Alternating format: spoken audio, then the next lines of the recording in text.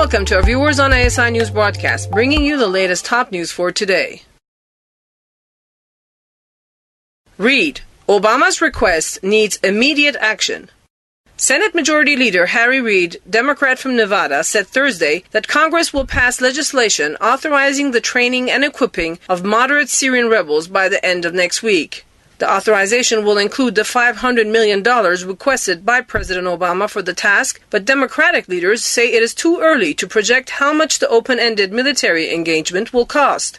The proposal that the president has given to the American people requires immediate congressional action in granting the administration the authority to equip and train Syrian rebels under Title X to fight ISIS, Reid said. I expect this proposal to pass Congress before the end of next week, he added. I expect this proposal to pass Congress with broad bipartisan support. House Republicans emerged from a meeting earlier Thursday divided over whether to give Obama authority to arm Syrian rebels. Some House lawmakers want to delay the debate over arming the rebels until after Congress passes a stopgap measure to avoid a shutdown and fund the government until December 11. Representative Pete King, Republican from New York, warned that delaying a vote until next week could push it into October when Senate Democrats want to go home to campaign. Reid warned House Republicans not to play politics with the measure. Matters like this are no place for political posturing, he said. Democratic leaders said they did not know how much military strikes against ISIS will cost. I just think it's too soon to be speculating on the cost of this effort, he said. We're not dealing with any specific request to my knowledge in terms of funding beyond what's been said about Title X. Reid said he would let the House take the lead on whether to pass the Title X authority and $500 million in funding for Syrian rebels as a standalone measure or as part of a larger stopgap funding measure. We wait what the House is going to do, he said. I've spoken to the Speaker on more than one occasion. We had a nice visit yesterday and he's moving forward and trying to bring everyone together, and I appreciate very much what he's trying to do. Guam military exercises to draw 18,000 U.S. forces.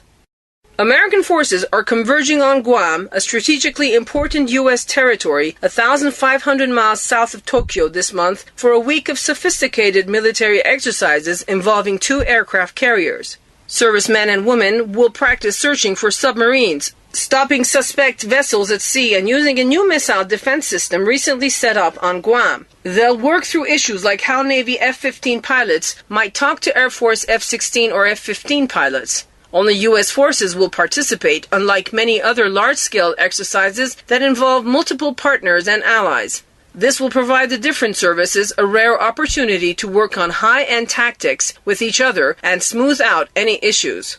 We want to have worked out these pieces early on. We don't want to be working those pieces out in front of our partners. To say, kind of showing dirty laundry, Commander Mick Huff, the U.S. Pacific Fleet's lead planner for the exercise, said in an interview. Altogether, 19 ships, more than 200 aircraft, and about 18,000 personnel will participate in the drills that start Monday and are scheduled to last a week. Most personnel will be from the Navy and the Air Force. Marines and Army soldiers will also join the drills, which are called Valiant Shield. The Army will use its new missile defense system, which has a truck-mounted launcher, tracking radar, interceptor missiles, and an integrated fire control system in the exercises for the first time. The Pentagon sent the Terminal High Altitude Area Defense System, which is designed to intercept missiles during their final stage of flight, to Guam last year as North Korea was vowing to increase production of nuclear weapons materials and threatening a preemptive strike against the U.S. Valiant Shield was first held in 2006. That year, 3 aircraft carriers participated. The past 2 times, in 2010 and 2012, only 1 aircraft carrier participated. Huff said it's gotten harder to do this kind of training because the services have fewer ships, submarines, and aircraft. The ones they do have are also often on deployment or are preparing for deployment. Budget cuts forced the military to cancel a major exercise in Alaska called Northern Edge last year, making this month's drills in Guam all the more important. Valiant Shield provides realistic training that helps the services plan and communicate, U.S. Pacific Air Force spokeswoman Captain Susan Harrington said. High-level joint training among U.S. military forces ensures the U.S. military remains a preeminent military power in the region, capable of honoring its security commitments to allies, partners, and friends, she said in a statement. Thanks for watching. Stay with us on ASI News Broadcast with all the latest news from the U.S. brought to you from the American Studies Institute from Tehran. You can also check our website at www.asipress.us.